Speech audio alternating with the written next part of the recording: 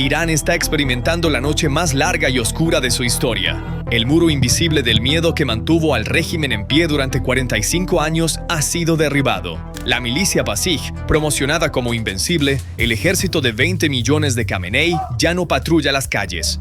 Están siendo cazados en sus propios cuarteles. De Teherán a Babol, de Qom a Tabriz, las comisarías están en llamas y las puertas de los centros de detención están siendo forzadas por el propio pueblo.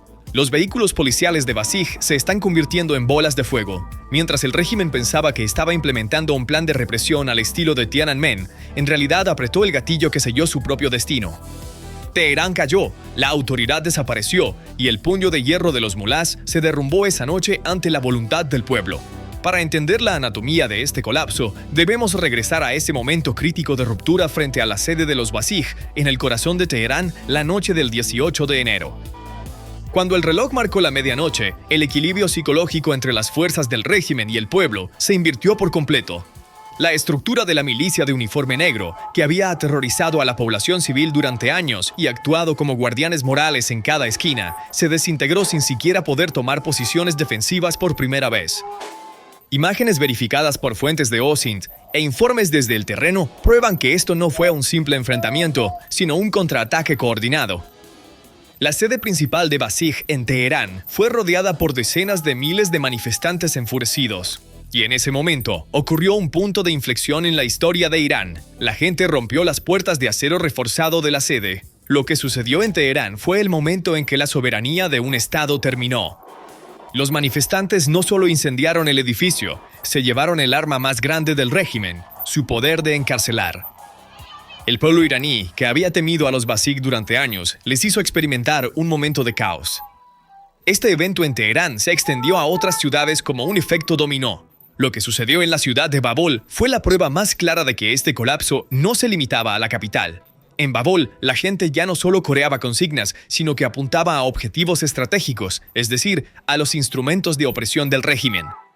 El edificio de la policía local de Velitos y los centros de Basij fueron atacados. Las imágenes del lugar muestran estaciones de policía envueltas en llamas.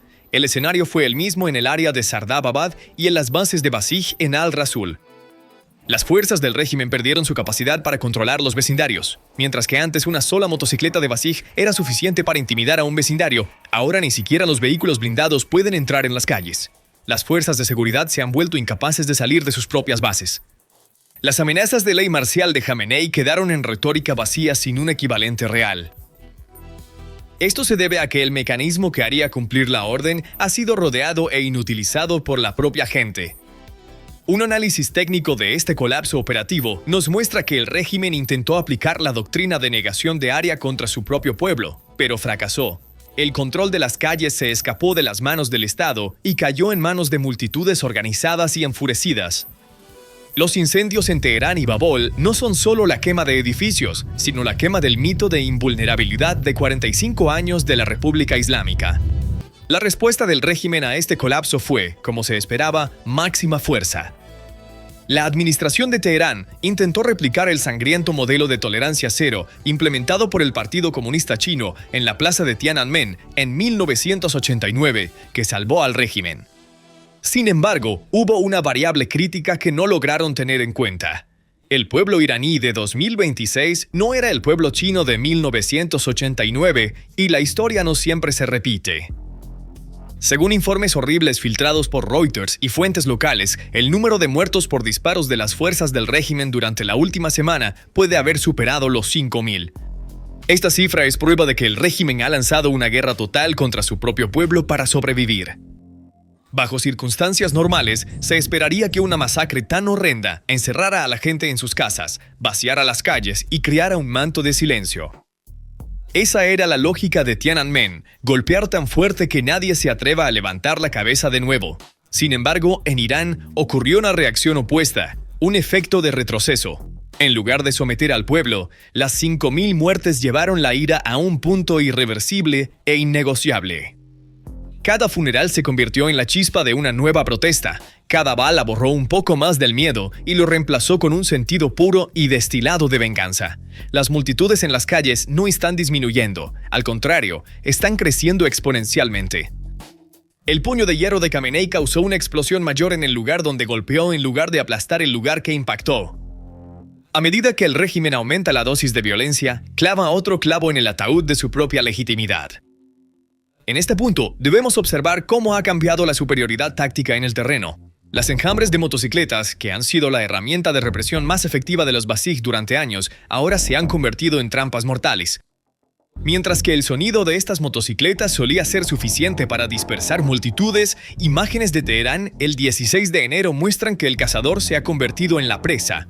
Los manifestantes están deteniendo estas unidades motorizadas al montar emboscadas en calles estrechas, erigiendo barricadas y usando obstáculos caseros, incendiando sus vehículos y repeliendo a las milicias. En otro video grabado el 15 de enero, vemos resistencia organizada desde los balcones y azoteas de los edificios. La gente está lanzando objetos desde arriba hacia las milicias a nivel de calle, expulsándolas de sus áreas. Esto es, en esencia, una defensa de guerrilla urbana. La gente ha convertido su vecindario, su calle, en una fortaleza. La fuerza de respuesta más móvil y rápida del régimen, los escuadrones de motocicletas, ha sido paralizada por estas tácticas, perdiendo su capacidad de moverse. Este efecto de ola es el fracaso de la doctrina militar del régimen. El monopolio de la violencia ya no está en manos del Estado, está en manos de las multitudes que se atreven a desafiarlo. El experimento Tiananmen 2.0 no trajo el silencio que el régimen esperaba, sino el caos que es la pesadilla del régimen. La derrota militar del régimen en el terreno, combinada con un colapso moral, arrasó con los últimos vestigios de legitimidad. Los desesperados Basij y la Guardia Revolucionaria están recurriendo a tácticas que pasarán a los anales de los crímenes de guerra.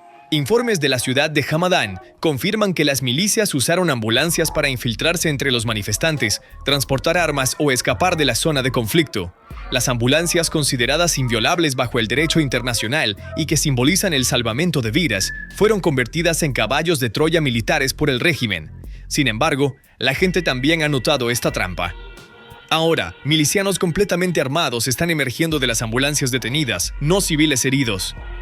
Esta situación muestra que el régimen ha perdido completamente no solo el campo de batalla, sino también su superioridad moral, valores humanos y su estatus como Estado a los ojos del pueblo. Si un Estado se esconde detrás de ambulancias para engañar a sus propios ciudadanos, ese Estado ya ha colapsado.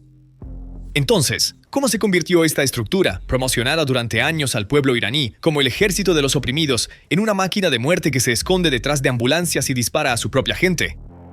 La respuesta a esta pregunta no se encuentra en las calles de Teherán, sino en las profundidades de los archivos en un tranquilo suburbio de París. Las raíces de esta estructura, que ahora se ha convertido en un dragón de 7 cabezas, fueron plantadas en 1978 en la localidad francesa de Neauphle-le-Château. Según documentos impactantes descubiertos por The Telegraph, el círculo cercano de Yameni en el exilio, mientras planeaba establecer un ejército popular contra el régimen del Shah, copió su doctrina militar no de la ley islámica, sino de las tácticas de guerrilla del ejército republicano irlandés, IRA. La Basij y el cuerpo de la Guardia Revolucionaria Islámica que confrontan al pueblo en las calles de Teherán, hoy ya no son esos revolucionarios idealistas en París. Son una organización criminal que devora la economía del país, controla los puertos y gestiona todo tipo de contrabando desde petróleo hasta drogas. Fundación Cooperativa Basij. Un monopolio que manipula todo, desde el mercado de la vivienda hasta la bolsa de valores. Puertos privados, agujeros negros donde fluyen miles de millones de dólares sin control más allá del control aduanero estatal. Esta es la verdadera razón profunda de la ira del pueblo. No ven una policía religiosa o una fuerza de seguridad frente a ellos. Ven un cartel mafioso uniformado explotando los recursos del país y matando a sus hijos. El legado de aquellas personas enviadas a su muerte en la década de 1980 para despejar campos de minas durante la guerra Irán-Irak ha sido usurpado por mercenarios que abren fuego contra el público para proteger el dinero ilícito que llega a través de los puertos. Esta traición histórica es también la principal fuente de la pérdida de motivación. Mientras el hijo de Khamenei, Mustafa, contrabandea miles de millones de dólares a Dubái, ¿por qué debería un miembro de bajo rango del Basij de los barrios pobres de Teherán morir por estos jefes mafiosos? Aquí es donde se rompió la cadena de lealtad del régimen. Los miembros están perdiendo motivación, la cadena de mando se está desmoronando y el régimen se ve obligado a llenar el vacío trayendo mercenarios de Irak y Pakistán. ¿Y el golpe final que aceleró este colapso? La tecnología. El régimen cortó el internet para silenciar las protestas, bajando el telón de hierro digital. Pero las imágenes siguen fluyendo. Los terminales de Starlink y las redes descentralizadas atraviesan el muro de censura del régimen. Imágenes de una comisaría en llamas en Teherán se vieron en cuestión de segundos en Nueva York, Londres y, lo más importante, en otras ciudades de Irán. Este es un precedente aterrador no solo para Irán, sino para todos los regímenes opresivos. Desconectar ya no es suficiente para detener la revolución. El flujo de información está completamente fuera del control del régimen. Todos estos eventos son realmente difíciles de creer. Enero de 2026 pasará a la historia como la fecha en que la República Islámica de Irán perdió oficialmente su estatus como estado de seguridad. Con las comisarías ardiendo, las ambulancias siendo utilizadas como vehículos militares y las puertas de las prisiones siendo derribadas por el pueblo, la declaración de ley marcial de Jamenei no es más que un pedazo de papel. La gente vio que el monstruo más temido del régimen, esa enorme máquina Basij, era en realidad un tigre de papel vacío y plagado de mafias, sostenido por tácticas importadas de París, y una vez que el miedo abandona una sociedad, nunca regresa.